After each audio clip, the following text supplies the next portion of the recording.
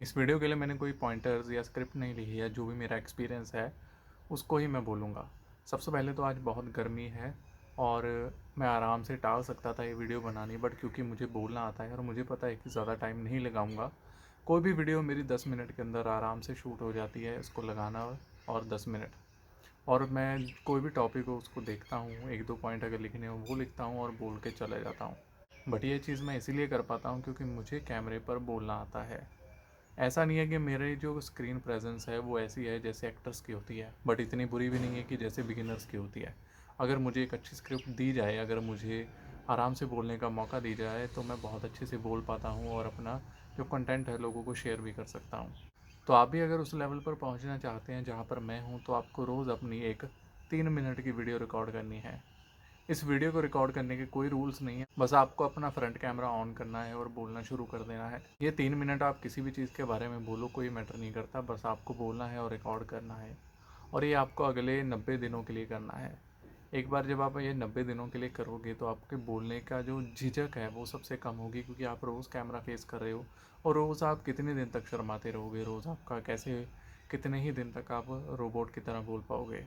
एक ना एक दिन आपको ऐसे बोलना ही पड़ेगा कि आपको नॉर्मल लगने लगेगा और आप धीरे धीरे अपना कॉन्फिडेंस गेन करने लगोगे। कोई भी टॉपिक उठा सकते हैं, कोई ज़रूरी नहीं है। ये सिर्फ आपकी प्रैक्टिस सेशन की तरह होगा, ये आपको किसी को दिखाना नहीं है। बस अपने पास रखो, डिलीट करो, कुछ भी करो, बट रोज़ बोलो। और ये इसको टालने की कोशिश मत करना, क्योंकि ये सबसे ईजी स्टेप है आपको इस जर्नी में आगे ले जाने का। दूसरी चीज़ मैं कहूँगा कि आपको ये समझना होगा कि आप किस तरह से बोलना चाहते हो। आपको उस तरह के स्पीकर्स को सुनना शुरू करना होगा, आपको उस तरह के स्पीकर्स की वीडियो को देखना शुरू करना होगा और देखना होगा कि वो क्या करते हैं ऐसा। उनकी तरह हैंड गेस्टर्स यूज़ करने होंगे। मुझे याद है जब मैंने अपनी एक 300 वीडियोस का चैलेंज लिया था, जिसमें मैं रोज़ एक वीडियो रिकॉर्ड करता था।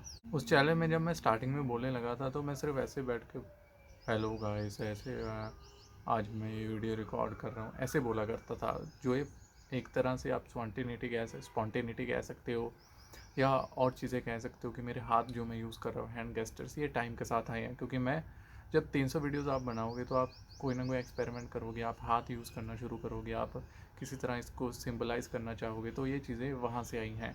तो जब आप ये वीडियोज़ बनाते रहोगे, अपने जो एक आइडल स्पीकर को सुनोगे, तो आपको समझ आएगा कि आपको किस तरह से बोलना है और आप उनकी चीज़ें जो है पिकअप करने लगोगे।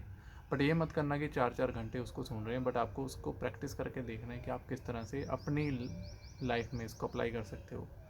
तीसरी चीज़ मैं कहूँगा कि ज़्यादा से ज़्यादा लोगों से बात करना शुरू करें, चाहे कॉल पर बात करना शुरू करें, फिर रियल लाइफ में भी जाकर बात करना शुरू करें, और उन लोगों से जाकर बात करना शुरू करें जिनसे आप थोड़ा सा इंटिमिडेट होते हैं, यानी कि आप इतना कंफर्टेबल नहीं हो।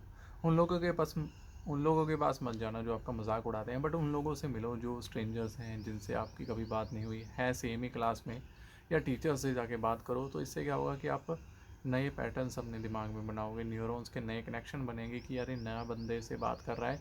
और उसके सामने आप जिस तरह से मर्ज़ी से बोल सकते हो, क्योंकि वो आपको उतना जानता नहीं होगा। तो आप एक अच्छे स्पीकर की तरह बोलने की कोशिश कर सकते हो। अपनी बातों को पहले दिमाग में लाओ, फिर बोलने की कोशिश करना उनके सामने। इससे आपका अच्छा इंप्रेशन बनेगा और आप धीरे धीरे गलतियाँ करके सीखते जाओगे।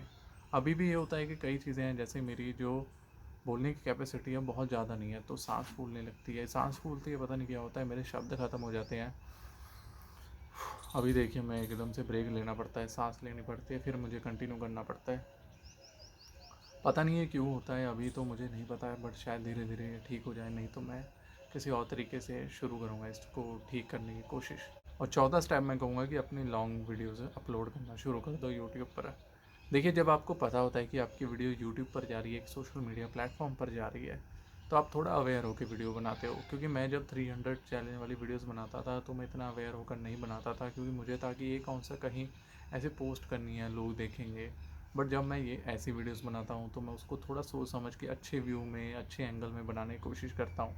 आप बिल्कुल बेसिक से स्टार्ट करना, बस बोलना अच्छी कोशिश करना कि आप बोल अच्छे से रहे हो। कैमरा क्वालिटी कैसी मर्जी हो, आवाज़ चाहे इतनी अच्छी ना आ रही हो, बट आप बोल अच्छे से रहे हो, उसको इम्प्रूव कर रहे हो, अपने हैंड गेस्चर्स यूज़ कर रहे हो, कैमरे में देखकर बोल रहे हो। अगर मैं कैमरे में नहीं देखकर बोलूँगा तो मैं इतने अच्छे तरीके से आपसे कनेक्ट नहीं कर पाऊँगा। और आपको जैसे अच्छे लगे वैसे कपड़े पहनकर बोलिएगा, क्योंकि अगर आप अच्छे कपड़े पहनकर बात करते हैं तो आपका जो कॉन्फिडेंस है वो वैसे ही अपर हो जाता है। तो ये 4-5 चीज़ें अगर आप करते हैं तो आप काफ़ी हद तक मेरे लेवल के करीब आ जाएँगे। बाकी टाइम के साथ आप चीज़ें सीखते जाएँगे, अच्छे स्पीकर्स को सुनो, उनकी एडवाइस को सुनो। अगर आप शब्द ज़्यादा क्लियरली नहीं बोल पाते हैं तो आप पेंसिल वाली ट्रिक यूज़ कर सकते हैं जो आपको ऑनलाइन मिल जाएगी। तो यही थी आज की वीडियो। आपको मिलूँगा मैं अगली वीडियो में। और ये जो बोलने की प्रैक्टिस आप करते रहिए, क्योंकि ये लाइफ टाइम वाली ऐसी स्किल है जो आपको बहुत ज़्यादा पे ऑफ करेगी और सब सारी ज़िंदगी आपको बोलना ही है। तो अगर आप इसको अच्छे से मास्टर कर लेते हैं तो आप किसी भी फील्ड में जाइए, आप टॉप लिस्ट में आएंगे ही।